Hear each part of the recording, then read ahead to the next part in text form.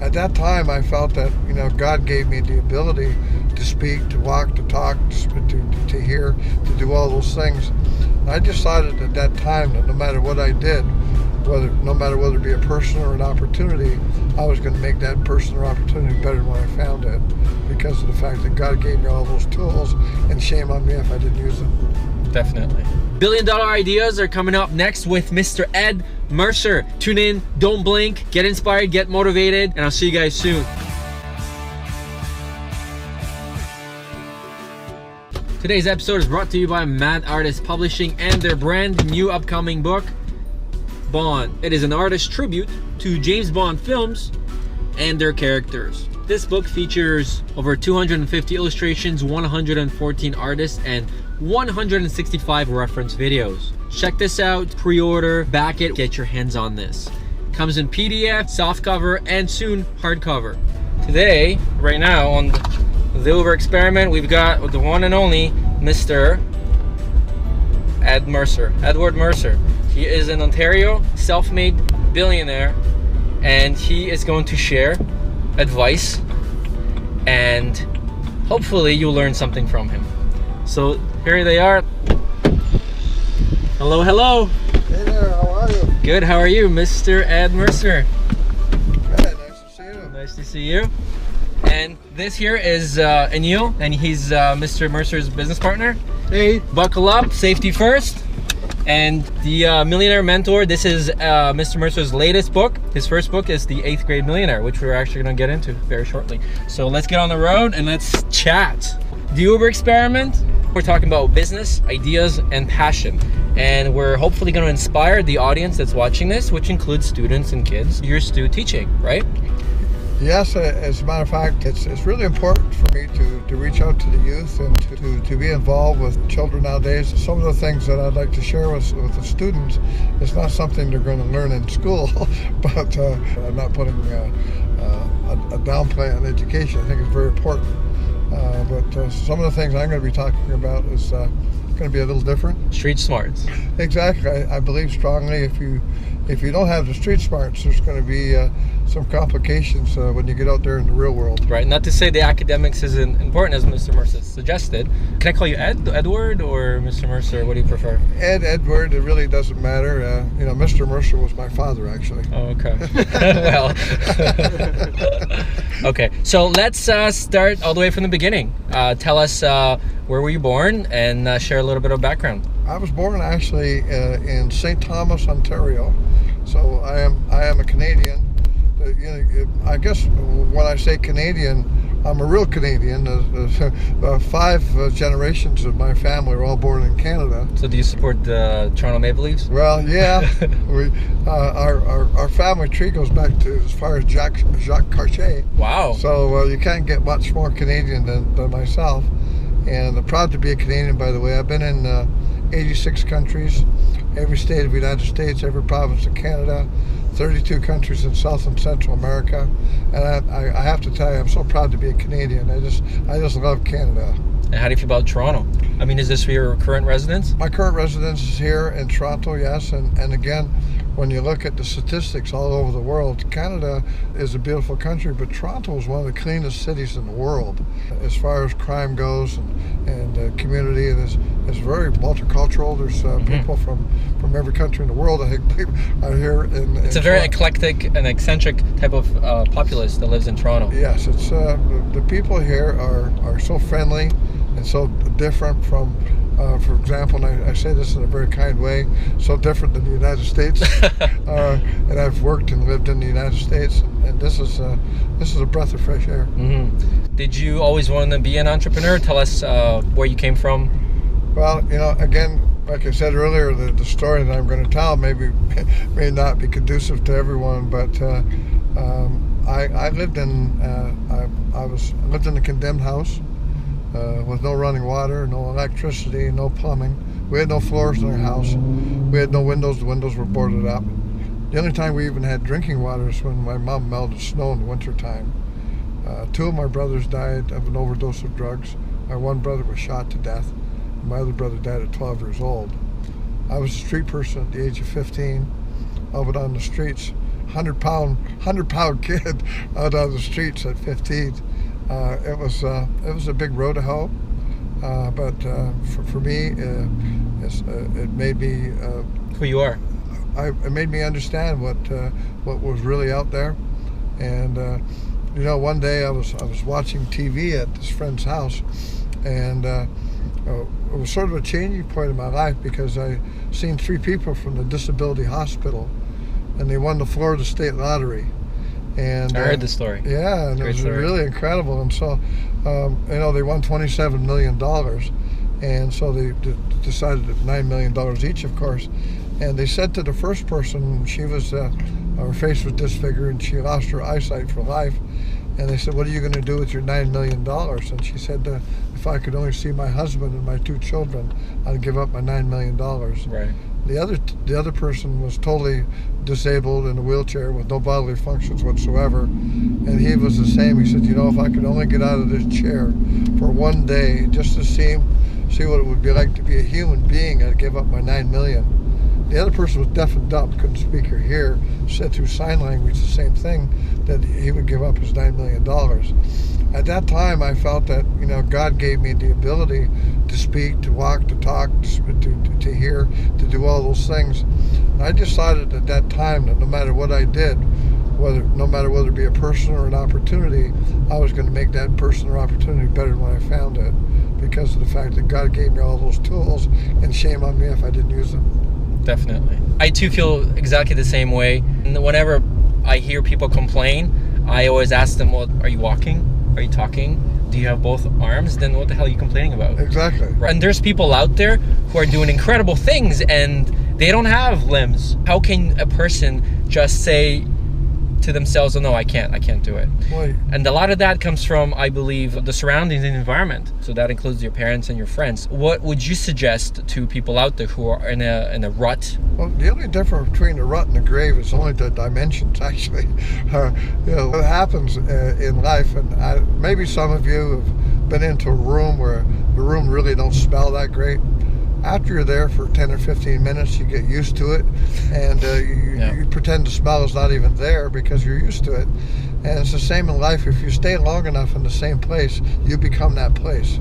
You start dressing the way they do, talking the way they do, acting the way they do, drinking the way they do.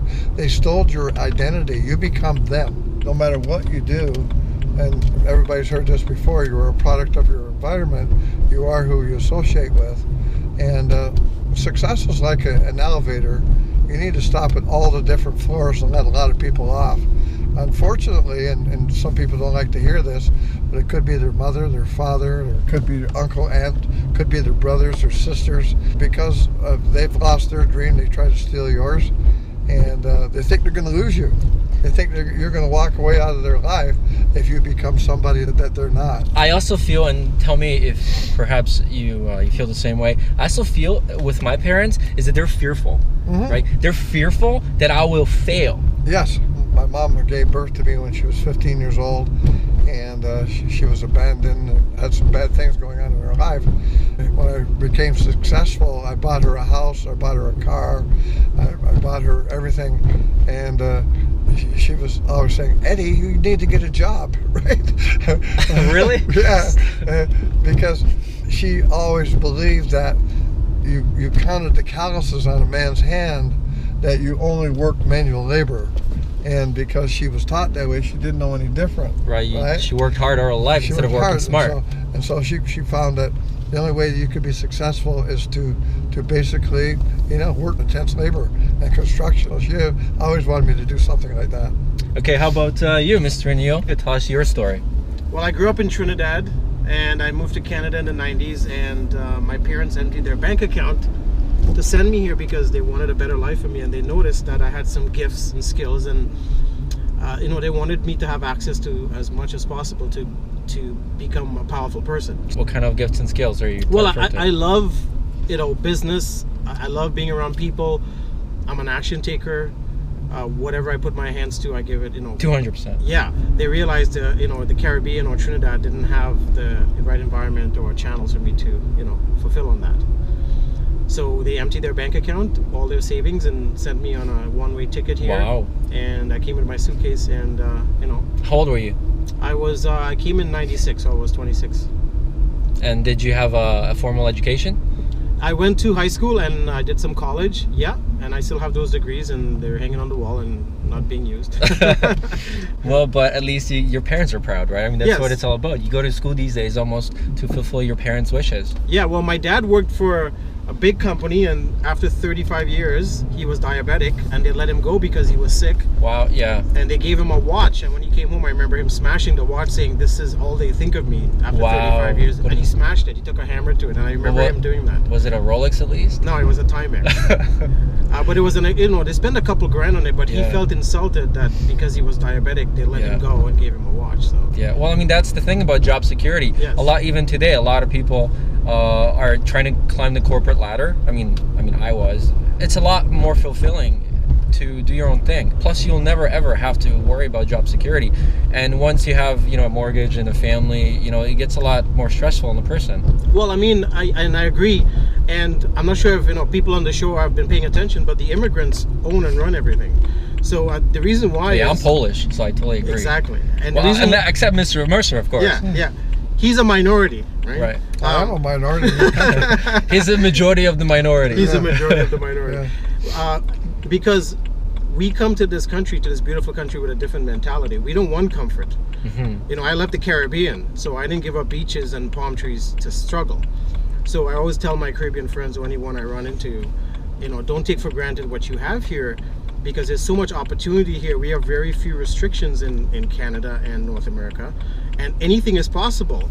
However, and that's why I love your show, Marsan, is The Uber experiment. yeah, the Uber experiment is you connect the right people together, and I feel very blessed and privileged meeting Mr. Ed Mercer and learning from him and working together and building together with him. So right away when I came to Canada, I got resourceful, searching out and hanging around the right people, so I could learn from them. Mr. Mercer, tell us what your very, very first entrepreneurial idea was that you actually started with. Well, it's for the youth that's listening today.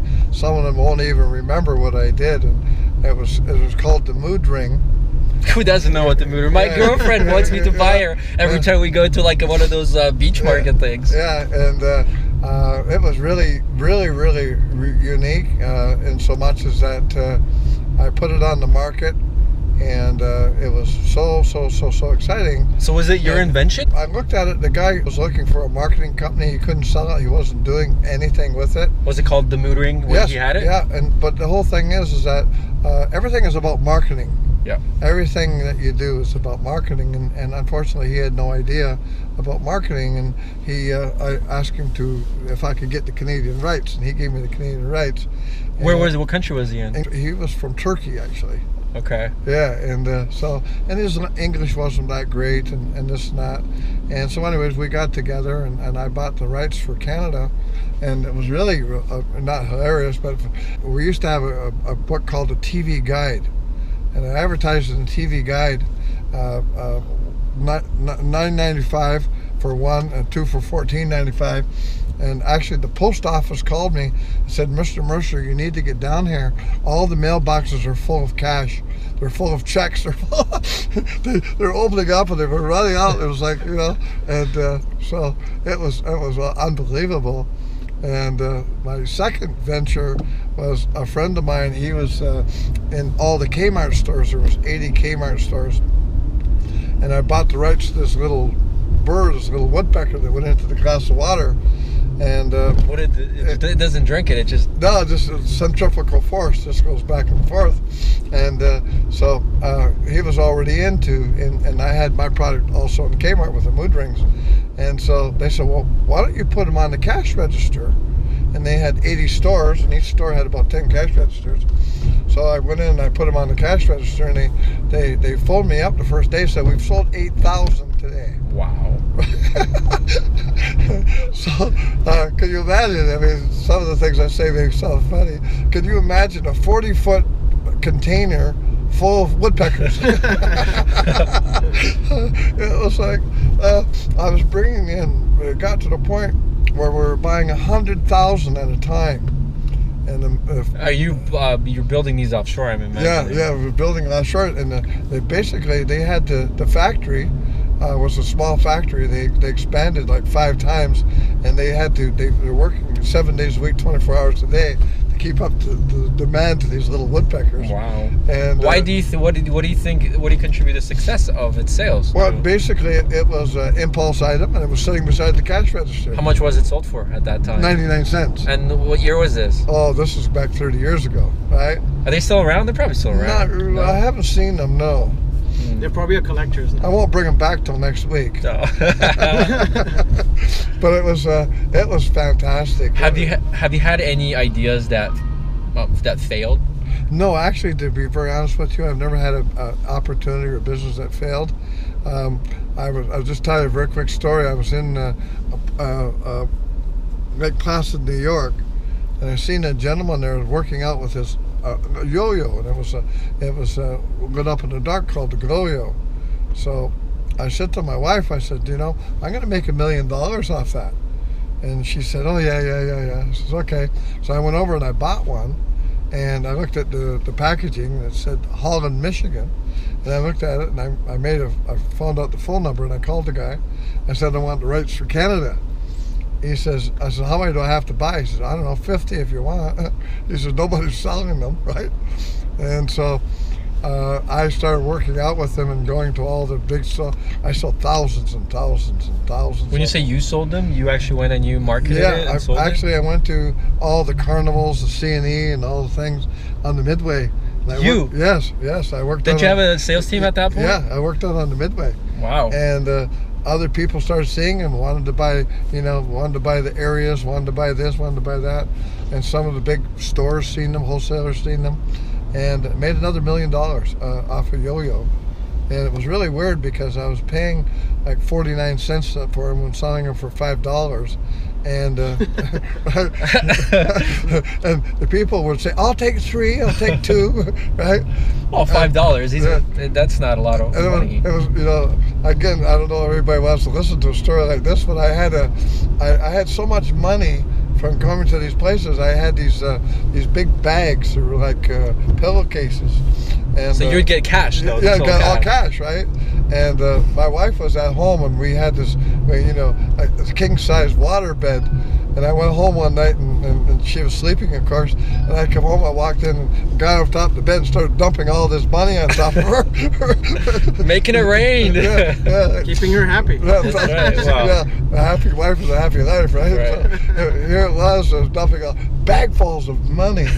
And coming from where I come from, where I would have begged for $5 almost, right? Yeah.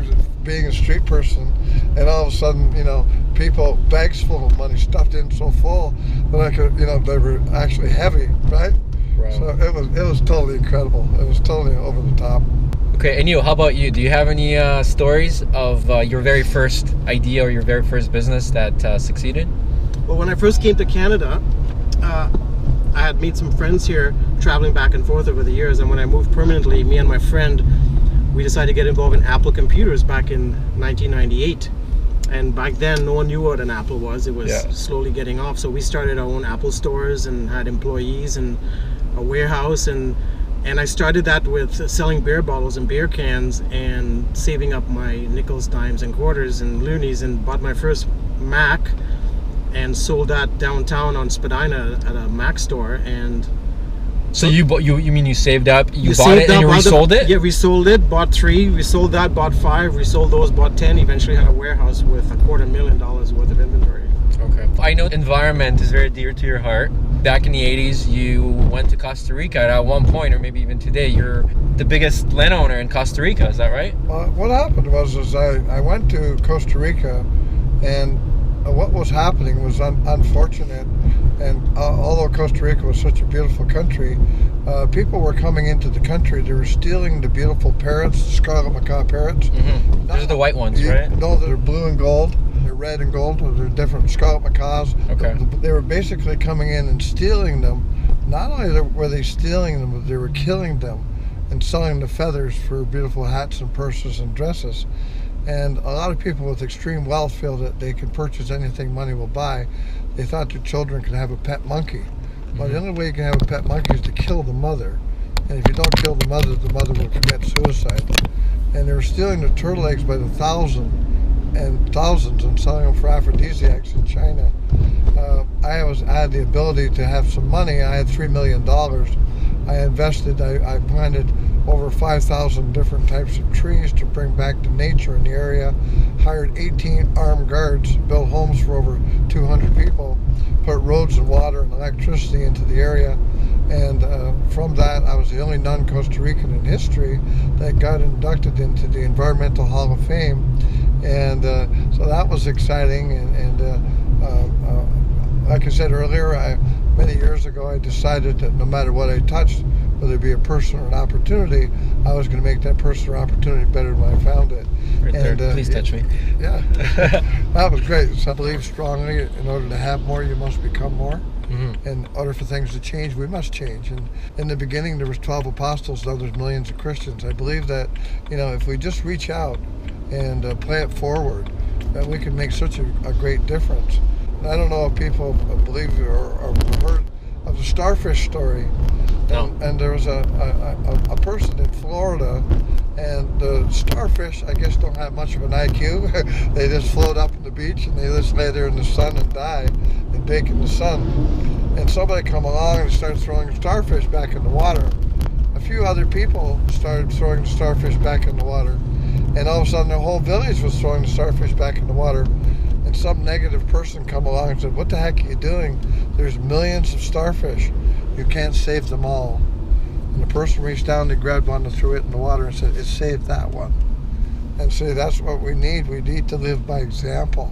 Mm-hmm. We can't save them all, but we can save that one. You can save one. Yeah, we can't save all the people, but we can save a lot of them, right? Just like the audience watching, even if one person gets inspired by Anil or you, it's worth it. It's just a matter of playing it forward. I always repeat this because it's true. You can't save them all, right? Mm-hmm. It's like growing a crop. The more seeds you plant, the bigger the crop you're going to get. But guess what? The birds get some, right? Yeah. But you need to grow it on fertile ground. You can't grow it on a rock. You can't grow it on bad soil. And it's just like when we're cultivating people. What we need to do, we need to throw our seeds on the right people, the fertile, right? Mm-hmm. We just can't go out there and we can't help everybody. Not everybody wants our help. So with that, what would you say are the 3 top qualities that make up an entrepreneur? Well, the one top quality is, I always say there's 10 reasons for being successful. Number 1 is integrity. The other 9 don't count. And, if you don't have integrity, nothing works. Nothing really, really, really works.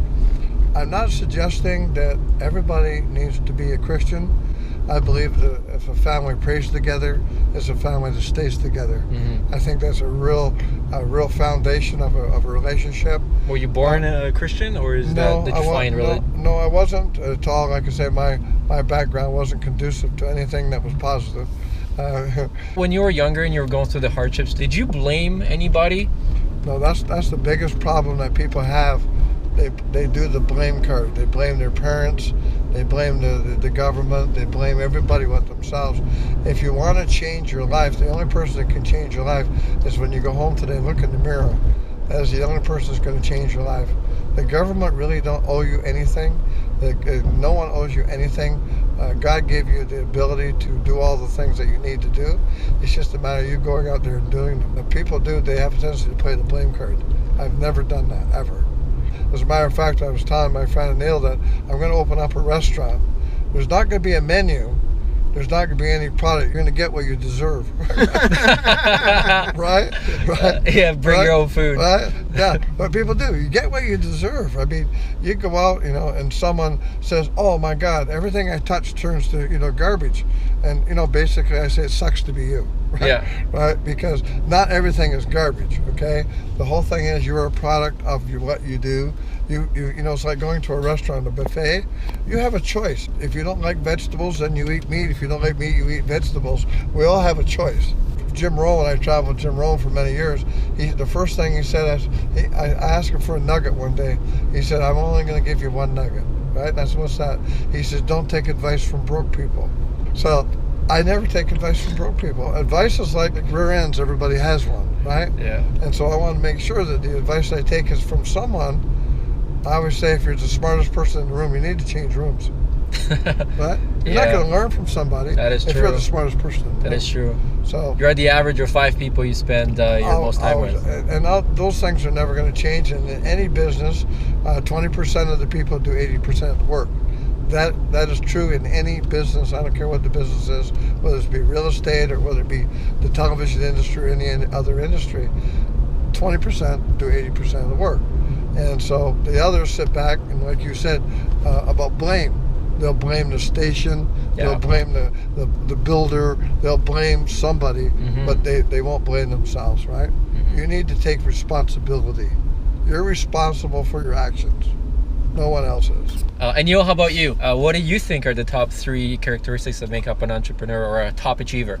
Well, I mean, from my experience and also hanging around people like Mr. Mercer and other top people in the industry, I always notice a few key things about them. One thing is they're always happy. Are you explicitly happy? All the time. Yeah. Being happy. You're illuminated too?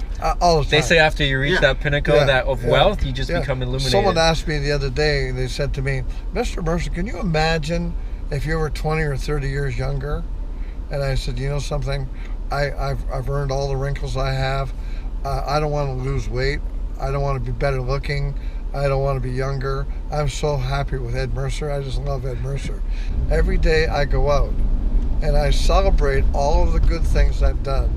And if something happens where I didn't do what I was supposed to do, I fix it.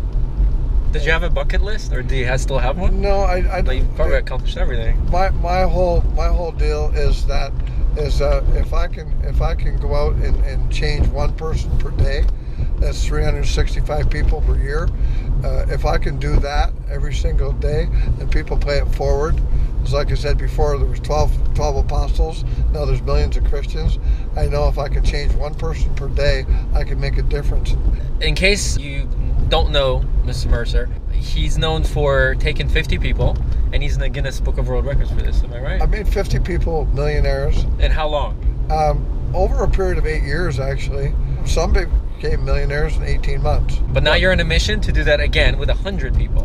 I'm into a program now where I'm playing it fast forward. I know that I can make 100 new millionaires in 18 months. But let's get into exactly what this business is and what it is that you're actually doing right now to make this happen. I've been in the business for, longer than most people have been on the spinning planet. And I need to always take inventory of what I'm doing, because to go into Guinness Book of World Records, you can't make an error. You can't make a mistake. And if you tell virtually thousands of people what you're doing, if you fail, it makes you look bad. And I'm 70 years old, so this is my sort of, I'm not buying any more green bananas. This is my last hurrah, right? So this is it. This is your moment. So what we did is we surveyed over 80,300 companies. And I wanted to find something where there's no competition. Well, I don't know anything where there's no competition. I mean, there's gas stations, there's on every corner, there's Tim Hortons on every corner, there's all kinds of, construction going on everywhere. And I thought, to find something where there's no competition, that's impossible. That my people, the marketing people said, hey, we found something where there's no competition. I said, okay. And I said, well, I want to have something where there's no borders. They said, well, what do you mean by that? I said, I don't want to be involved in a business where they're only involved in 8 or 9 countries. I said, I want a business where I can talk to everyone in the world. Then finally they got back to me and said, Mr. Mercer, guess what? Found it. We found it. The magic wand has happened. We have a company that is in every country in the world. They can ship anywhere in the world except for North Korea. And I said, well, that's good. I said, because there's 290 countries, so North Korea, we don't need to go there anyways. Multi-level marketing, I made millions of dollars in that. You did? But yes, I was the highest paid multi-level marketer in the world. I found out that there's reasons why a lot of people are not successful in multi-level marketing. The number one reason is not how they get involved, it's who they get involved with. The mentorship is more important sometimes than the product or the compensation. And so they said, well, we have something where it's not even considered to be a multi-level marketing company per se. What it is they've taken multi-level marketing and turned it upside down. And I said, well, what do you mean by that? And they said, well, it's more like a Costco. It's more like a membership program. Like a Sam's Club Yeah. for all the Americans out there. And they said they've been manufacturing products for over 100 years. And what it is that you're able to buy for the first time in history a product directly from the manufacturers in the fashion industry. In the fashion industry, $1.2 trillion per year. So you mean the stuff that celebrities wear on the yes, exactly, the red carpet? Yeah. So what is it, like watches, clothes, shoes, everything? Yeah. So so it's all this from your company. Yeah. So I started looking. I thought, well, I spent $100,000 on clothing, and no company's ever paid me a nickel to do any of that. So what are you wearing right now? Are you wearing? I'm wearing all the product, my own. Through the company. Yeah, alligator shoes. Looks good. You? Oh, you as well. Oh yeah. Yes. I'm blinged out, man. Well, I got nothing. And so, We'll hook you up. Hook me up. You need to speak from your heart, not from your mouth. And I looked at the industry being $1.2 trillion industry, and I looked at some of the big stores like Walmart. Walmart has cut down on 250 stores recently. Macy's, all the big companies are actually closing down their stores. Kmart closed. Yeah, laying off thousands Target. and thousands and thousands of people. Target couldn't make it in Canada. So here it is. I said to them, so, well, what is this? And they said, well, it's not like a normal company.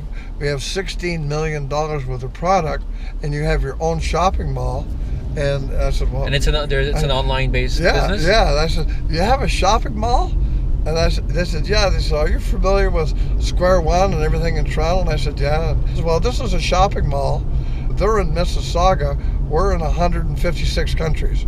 So you want to be in Mississauga or you want to be in 156 countries? Duh. I said, well, 156 countries would probably be where I'd want to be. And guess what? There's no rent, there's no overhead, there's no employees. The company does all the shipping, they do all the delivery, they pay all the taxes, they do everything. And so what's in it for the company then? yeah, well, the company, and there's a big markup in jewelry, right? And so the key is that they work directly with the manufacturers also. So you keep a commission. Yeah. Okay. If the company can make a small part of the money, and they're not paying advertising and they're not paying employees, it gives the opportunity to people to go out there and become entrepreneurs. What's the name of this company? GWT is Global Wealth Trade. For me, everything starts and ends with the leadership. And when I start looking at the company, it's totally financed. No debt. No debts, no nothing. And we looked into, the direction of the company. Where is it with the Better Business Bureau? And I looked at all this sort of stuff what my company did. And I said, oh my God, this is almost too good to be true, right? These guys are 5-star. So this isn't a company that you build. It's a company that you believe in and you're working with. I believe in it enough to join Guinness Book of World Records. Yes. Wow. To make this the #1 company. And so I'm putting it together, and thanks to my friend and my partner. So you guys are partners? Yeah, we're partners in the business. And I want in on this. Yeah, and Anil's made 10 people millionaires, and I've made 50. So Are you his protege? yeah. So when we get involved in a business where my business partners made 10 people millionaires and I made 50, that's 60. And the company's goal is to make 1,000 new millionaires, and my goal is to make 100 new millionaires. There's never been anything in history as exciting as and they're all made through this company. Yes. Yes, yeah, and so that's what I'm saying. It's totally over the top, and we have 1,700 products and bringing on more right now. And again, it's going to be like a one-stop shop.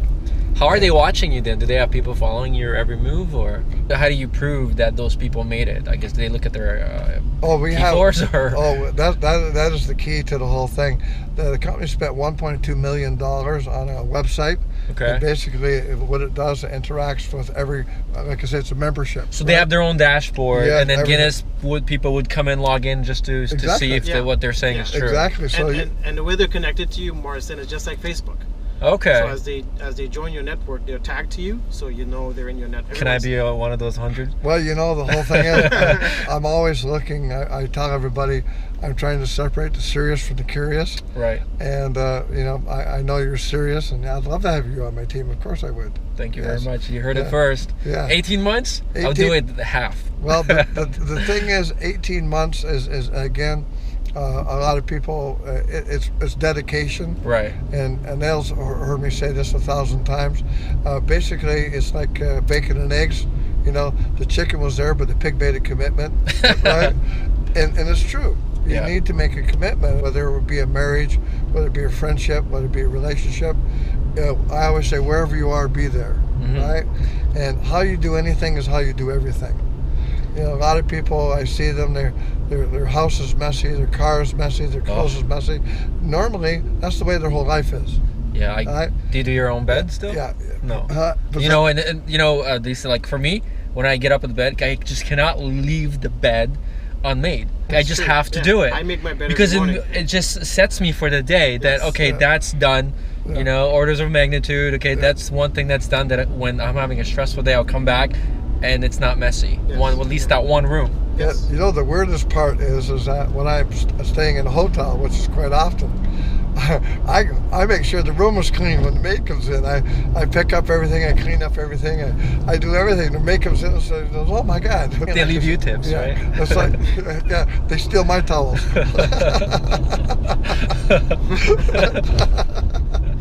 But you know, for me, again, it's really, really, really important. When I'm around people too, it's all about, you know, going out of your way to be a good person, and you know, smiles are free. Give away as many as you can. And That's how McDonald's so successful. yeah, I just go out there every day and try to make a difference. When you first made, say, your first $1 million, because they say that's the hardest. Did you treat yourself to anything? No, I didn't. Your wife? My wife, yeah, she had a MBA. Mega bank account. I thought for a second you were serious. Yeah. So, unfortunately, and I say this in a very kind way, she never grew as a person Yeah. because of the fact that she came from zero to hero. And unfortunately, if you really look at statistics in the lottery, 72% of all people win the lottery. Life ends in tragedy. Because if you don't grow as a person, as your income grows, your income will always come back down to where you are. Your income will always find you. Tell me, there was a reality show that you were supposed to do, right? Mm-hmm. Something around this idea. Mm-hmm. What was that? Well, basically, I tell people that if you give me X number of dollars, no credit cards, no car, no nothing, and give me a period of time in an area, wherever the area is, within a short period of time, I'll be driving a new Mercedes and living in $1 million house. See, the key is that there's so much opportunities out there. Yeah. But because of people's attitude, you know, your attitude has to do with your altitude, right? So again, it's a matter of going out there on a daily basis. And I just come from here, you know, the coffee shop here. And people, because of the business I'm in, people say, "Oh my God, alligator shoes," right? And they look at me, the way I dress and the way I did. People approach me on what I do because I'm approachable. Right. Right? So in this business, all you need to do is become a product of the product. That is the most amazing thing. Did you have any idols when you were growing up, or did you look at entrepreneurs or other people in the industry and you're like, wow? You know, I've been on stage with Bill Clinton, Donald Trump, Robert Kiyosaki. I've been on stage with 140 of the top people in the world, and I didn't idolize any of them.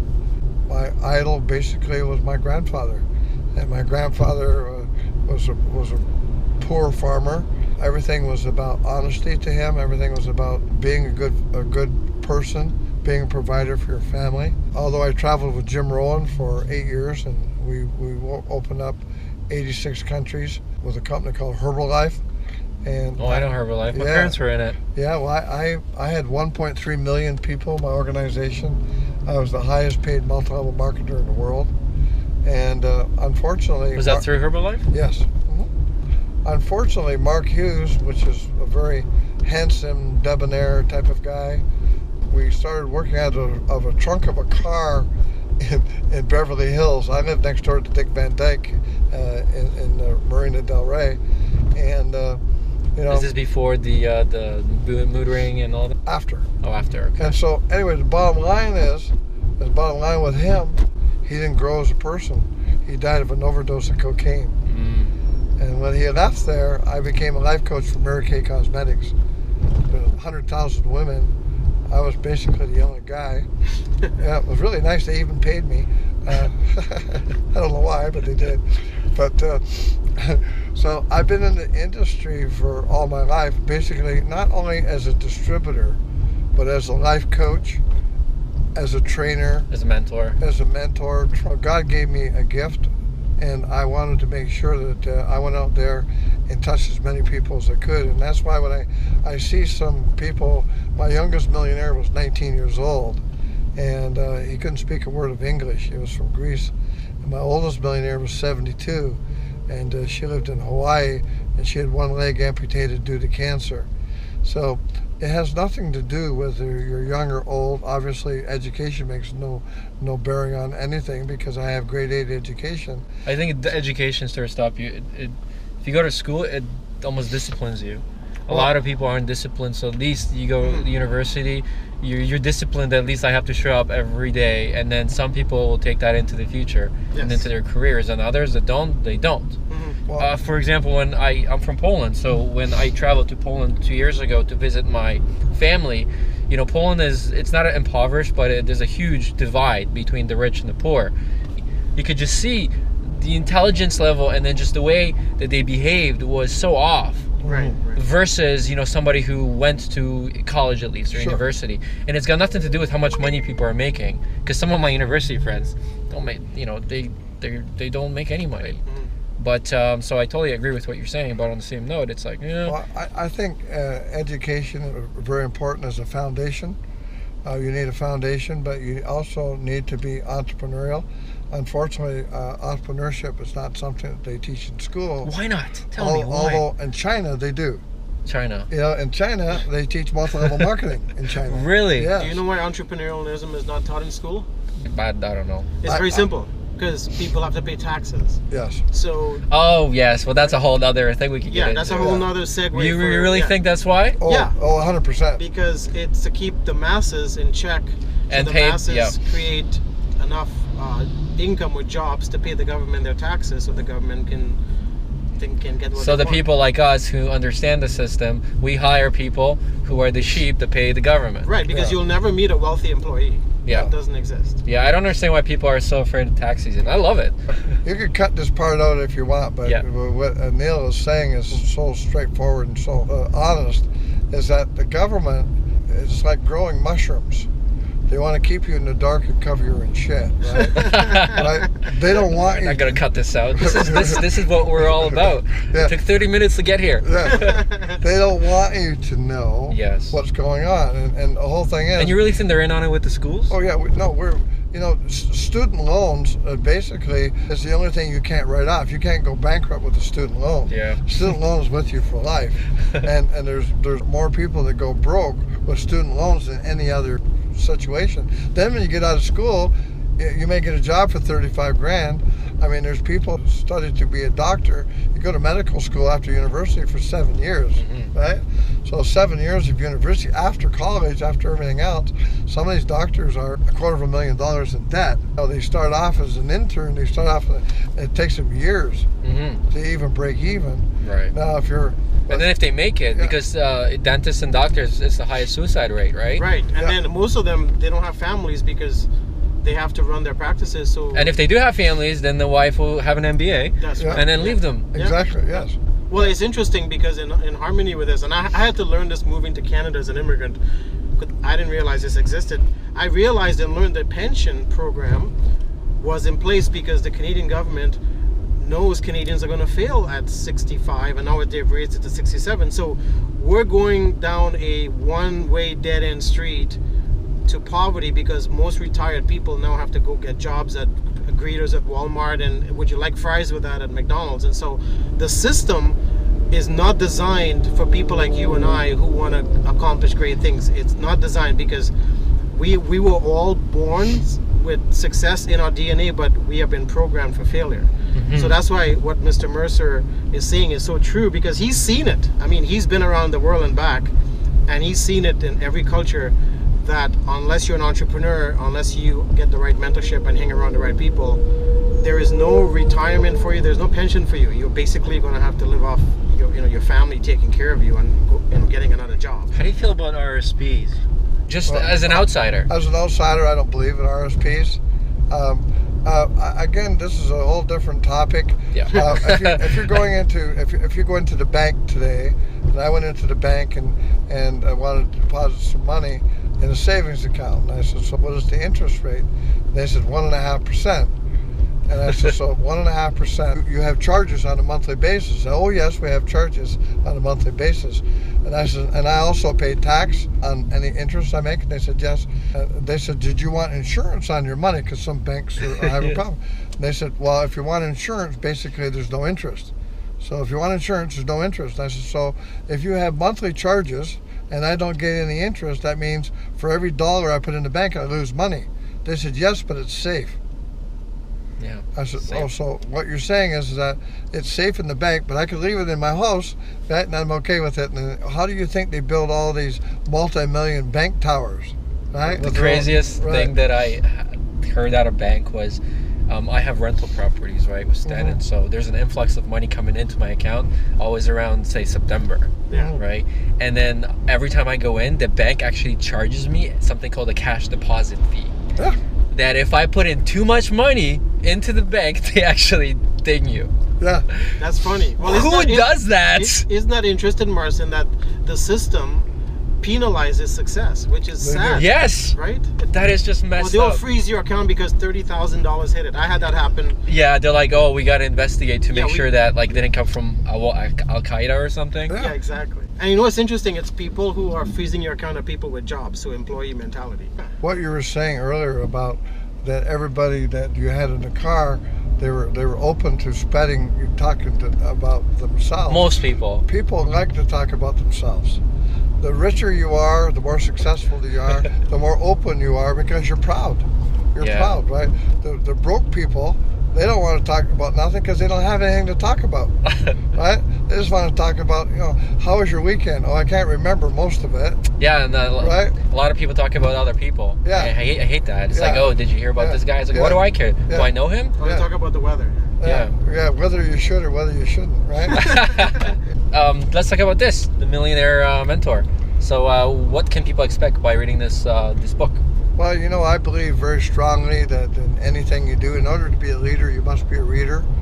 And Do you just come up with all these on your own, or do you have a team writing this for you? And the key is that when I build homes, and I built homes for a lot of people, the poor people, and I say this in a kind way, they always wanted to know where the TV room was, right? And the rich people always want to know, where's the library? Mm-hmm. And that's why I say, in order to be a leader, you must be a reader.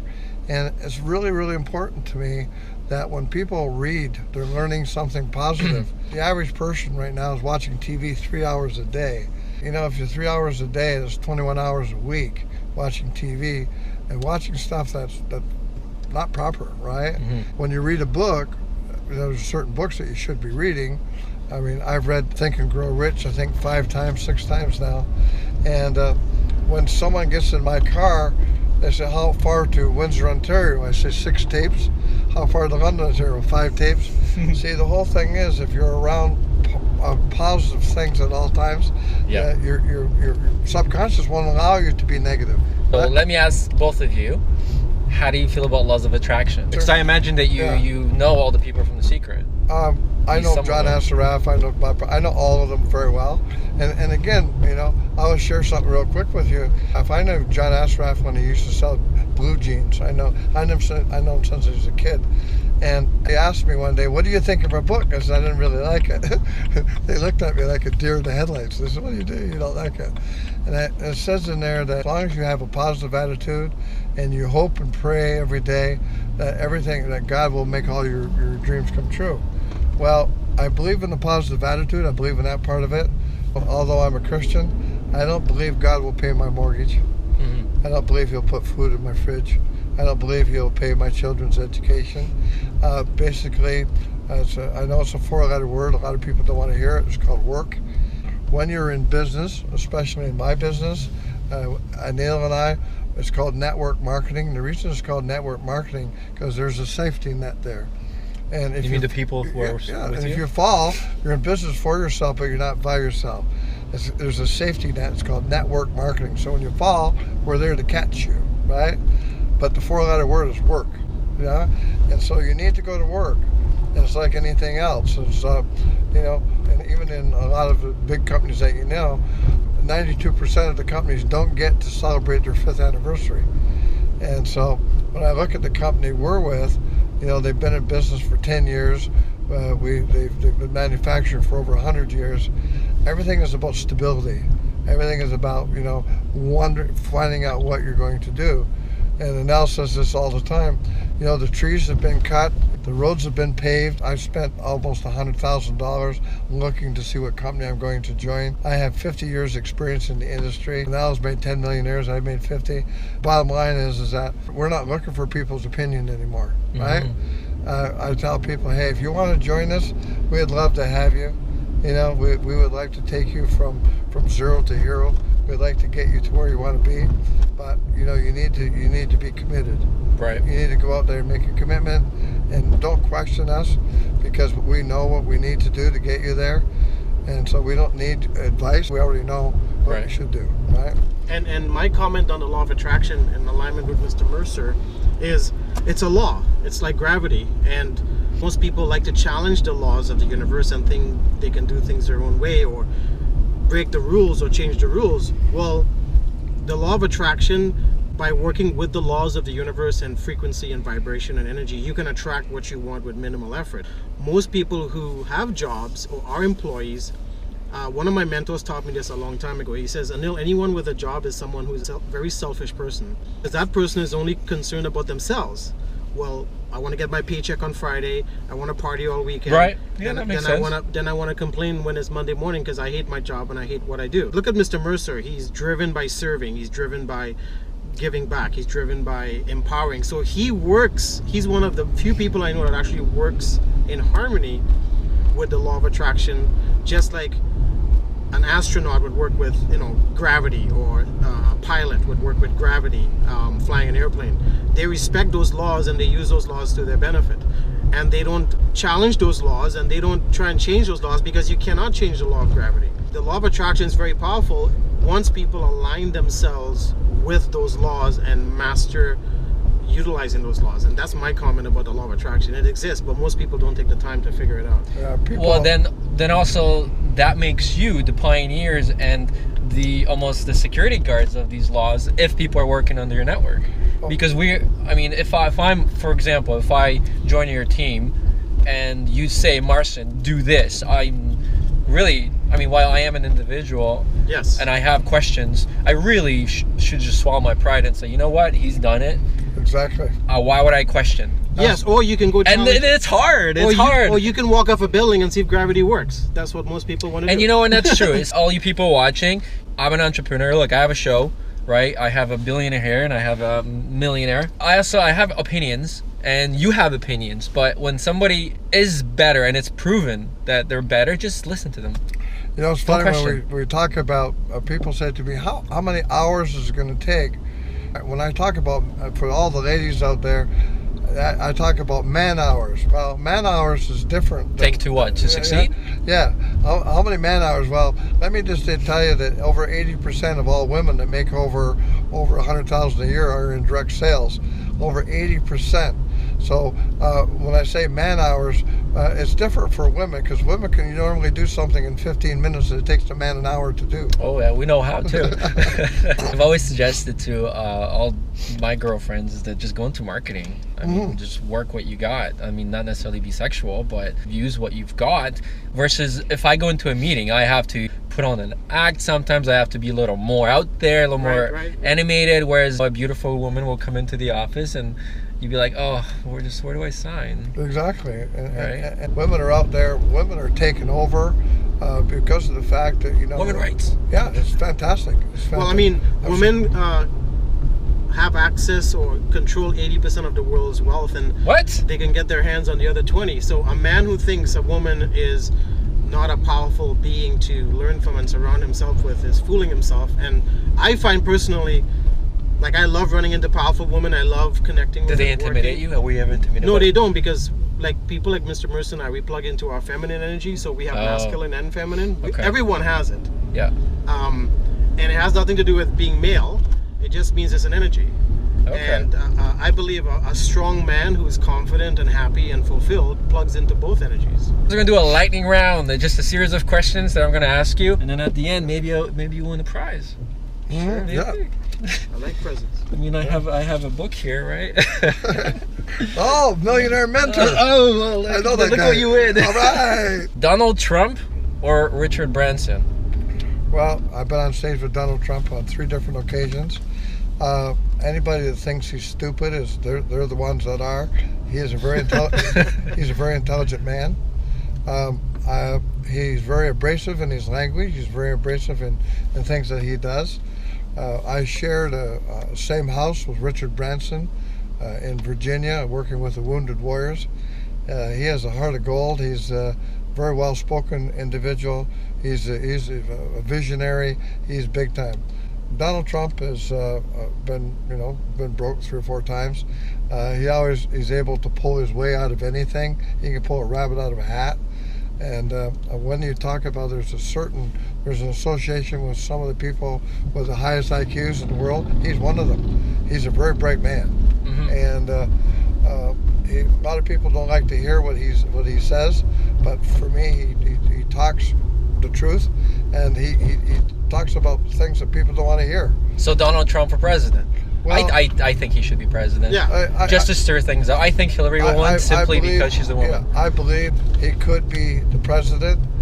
What I believe with him is that he has his own jet plane. He's willing to work for free. He's willing to do whatever. He's not asking for $1 from the country. Mm-hmm. And it's what he can do for the country is not what the country can do for him. Okay, next question. Money or fame? Well, if you have money, fame can actually, just be a byproduct of the fame because of the branding that you have. Money is a byproduct of all the good things that you do, and money is a magnifier. Money will magnify what you already are. So some people, they change because of the type of money that they make. If you're a drinker, you can become an alcoholic. If you're a drug user, you can become a drug addict. If you're a Christian, you become a better Christian, a better mother, a better father, a better neighbor, or you can do the opposite. Mm-hmm. My brother died of an overdose of drugs. Right. The president of the company I was with died of an overdose of drugs, and because of the amount of money that they made. So, like I say, money is a magnifier. It'll magnify what you already are. Money to me, I talk about money a lot because the more money I make, the more people I can help. Mm-hmm. I can't help the homeless if I'm homeless.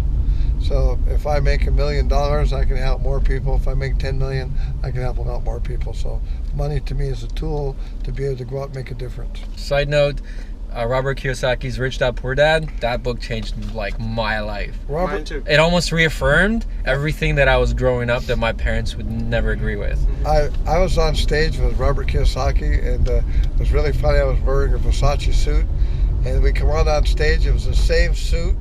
We had the same red tie, the same puff and everything. We walked out of the stage, and I'm a little bit humorous, and I told the audience, I think there was like 12,000 people there. I said, Robert and I just come back from a fire sale. They had 2 for $1. Right? He is a real down-to-earth guy in comparison, and he's Donald Trump's personal partner, by the way. Oh. Yes, and him and Donald are partners in business, and totally opposite of But yeah, I mean, he's done a lot. He's a really good family person, but. Again, Donald Trump is the same way. His family are not out there doing... They're doing big things. Yeah, they're all doing good things, right? Yeah. The next question, procrastinator or doer? person says, I don't know how to spell procrastination, but I'll look it up tomorrow. Right? Right? If someone says, I'm running behind, I say, if you're running, you wouldn't be behind. Right? Yeah. So the bottom line is that procrastination to me is the nails that will close the coffin to success. Oh. Is this your quote? Well, it is right now. Splurge or save? I splurge on things that are important to others. I don't need any more than what I have. You know, I have $100,000 or so worth of clothes. I've got, you know, probably $250,000 worth of jewelry. I have all the houses I need. I don't need any more. I spent my first half of my life making money. I would spend the rest of my life giving it away. And so, for me, people buy things that they don't need. For me, I'm not talking about saving. I think we should spend all of our money.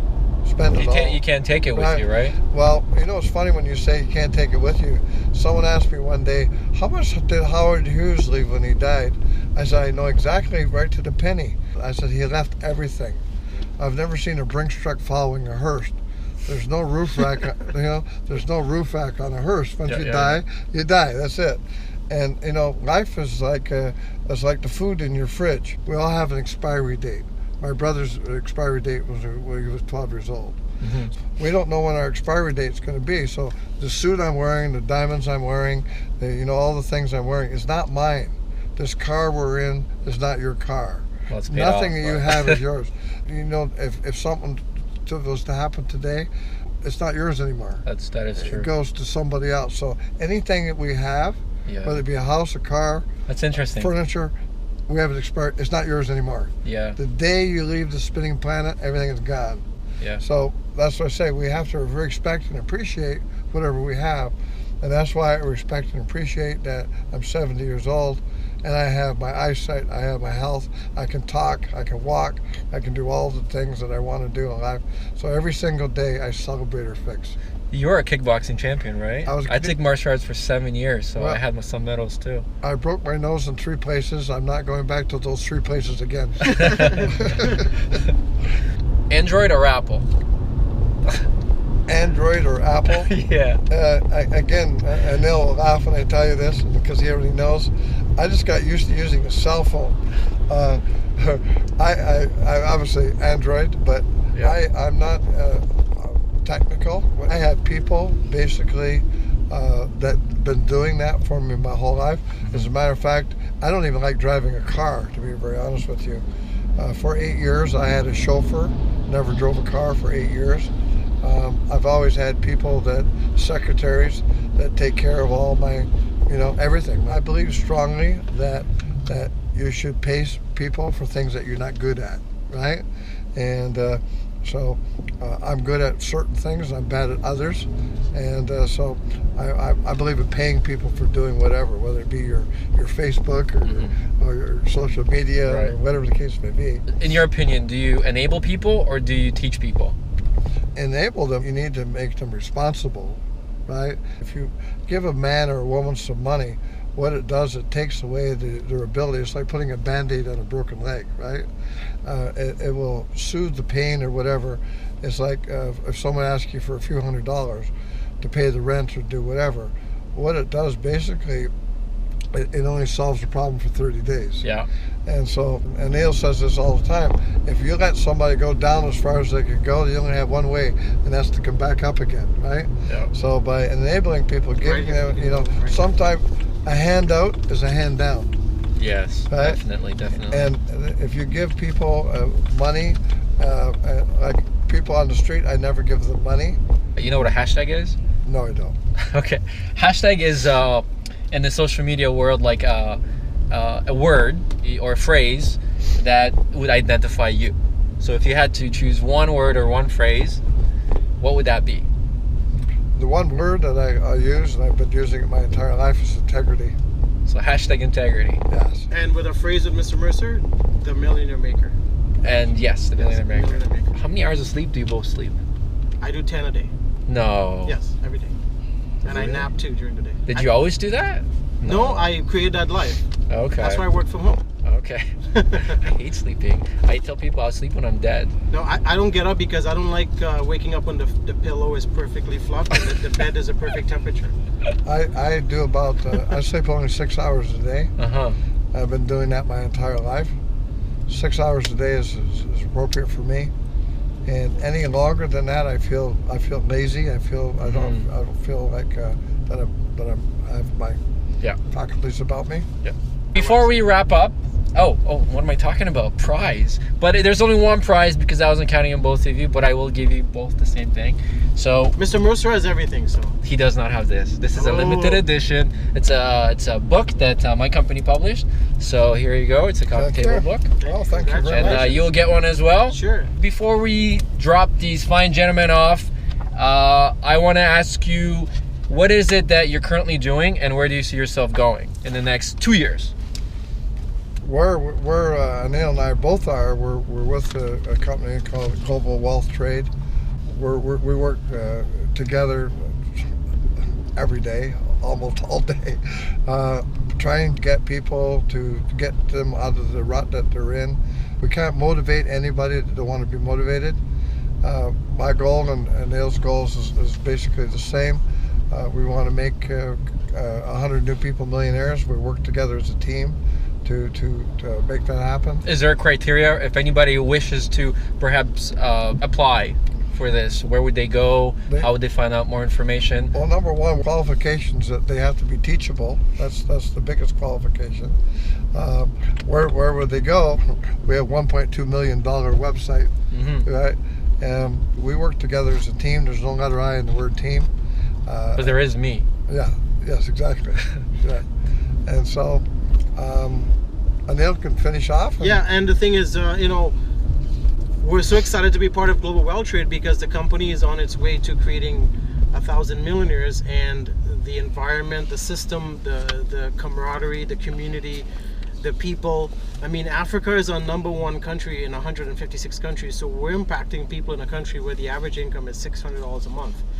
So for me, at this stage of my life in the game, is I want to impact hundreds of thousands of lives around the world. Like Mr. Mercer, I had to pick a vehicle to make it happen. So for any of you watching the Uber experiment, I mean, get a hold of Marcin, because we're going to get you involved as well. We're definitely going to go do behind the scenes. These gentlemen invited me out to one of their events. And I mean, I spoke with Marcin, and he says he needs some coaching around coaching. Fashion and wearing bling. I mean, look at this, right? I have a real cheap Uber experiment. I have a dirty hats right here. This is me because I'm not into fashion, but maybe I should. I should look as good as Mr. Mercer does. Yeah, and then look at that sharp looking suit. Well, I mean, we're going to show anybody that wants to participate in what we're up to how to benefit their friends and family with what Global Wealth Trade has. One thing I know a lot of people are going to be saying and commenting is there's a lot of skeptics. I mean, myself included. I was with a company like a Quick Star, Melaleuca. My dad was in Amway. Got it. Going all the way back, right? And so nobody got rich. Right. We didn't get rich. So for all the skeptics out there, what do you want to tell them about MLM? I mentioned earlier we've taken MLM and turned it upside down. We're not. Whereas you're not selling, right? Yeah, we're not selling anything. We don't go out there and talk to our neighbors and trying to sell them something. I can only drink so many milkshakes and take so many vitamins. Our product doesn't have an expiry date. We're in the fashion industry. I think everybody listening, if I'm not mistaken, probably everybody listening today does wear shoes. I think maybe you have a watch, you have a ring. We have like 1,700 products. We have products as low as $20. So the key is that what you need to do is anybody that's involved in multi-level marketing, they need to forget everything they've ever heard about multi-level marketing. This is totally different. So what do you call the business then if it's not? Membership. We're a membership company. You don't have ranks like all companies. Yeah. Like we don't have all the ranks. All you do, you can come into the company as the #1 person in the company, and people can pass you in the company. It's not as if the person at the top makes all the money. So you won't be the only one making all the big No. Okay. Yeah. And in harmony with your question, Marcin, if you're skeptical and watching this or listening to this right now, here's the advice. Have you ever had a bad relationship, maybe 2 or 3 or 4? Well, remember, just because the relationship didn't work out didn't mean all women are bad or all men are bad. It just means you didn't line up with the right person. And also, here's one thing to keep in mind for all the skeptics out there. What was the consistent thing with all those relationships? You. So Yes. to be successful in anything, you need to work on you. Yeah. So one thing what Mr. Mercer and I will do for anybody that wants to work with us is we're going to personally mentor you and work with you, and we're going to get you so dialed into the law of attraction that being a part of us in Global Wealth Trade will be the simplest, funnest thing you'll ever do compared to anything you've done in the past. Because remember, the only reason you didn't succeed in anything else is because you were there with your bad habits. So we're going to help you get rid of your bad habits. Yeah, we don't talk about religion. We talk about spirituality. We talk about personal growth and personal development. And that's what I'm saying. You can't build a multi-million-dollar building on a $500 foundation. Mhm. It's a day at a time, a brick at a time. You need to build a strong foundation. And Anil was a pastor for 20 years. Really? Yes. Yep. Wow. And so we basically, we work on you as a person as we work on the business. And like I said earlier too, when you're in anything that you do, it's how you're involved or who you're involved with, right? And so, like I said, Can be a better team right here. yeah. Yep. And I'll be on your team too. Well, you're definitely on our team. One thing that I want to say is we'll be giving away gift certificates. Yep, $100 gift on other certificates. episodes. Yep. So make sure you guys go on theuberexperiment.com. Make sure you go patreon.com/uberexperiment. And one of the awards will be you're going to get gift certificates to buy luxury goods on the website. Well, so keep yeah. watching the episodes. If they allow me behind the scenes, I will show you exactly what they do so you guys know. Stay inspired, stay motivated. Look at me. Like last year, who'd guess that I would have had a billionaire in my car, right? So like you said, it's all about building the foundation, persevering, and then you can achieve great things, right? Exactly. And Pleasure. remember, take action on what Marcin's teaching you. So, Well, not just me, but pleasure. pleasure meeting you both, and I will talk to you soon. Okay. Okay. Take Bye-bye. care.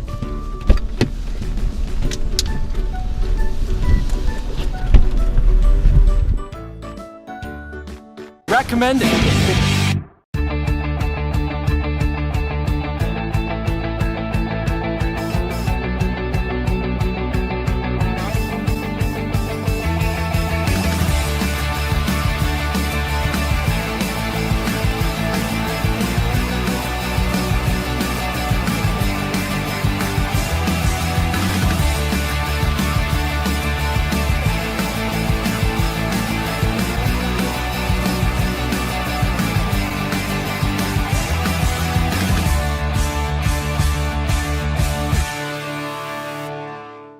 That is pretty damn good. The Uber people are assuming that. Oh, come on. I'm right there, man.